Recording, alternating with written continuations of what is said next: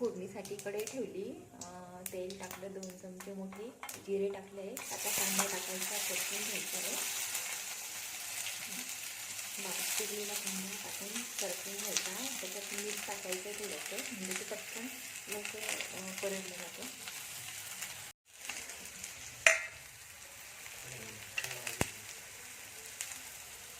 कांदा परतून झालेला आहे. कांदा कढीपत्ता झाला आहे परतून. आता वाटाणा थोडासा परतून घ्यायचा आहे. वाटाणा परतून झाला की मग टोमॅटो टाकून द्यायचा आहे. आणि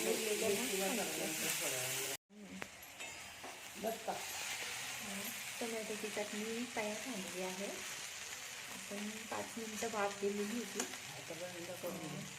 तर आता गॅस बंद करून आणि ही टोमॅटोची चटणी तयार आहे.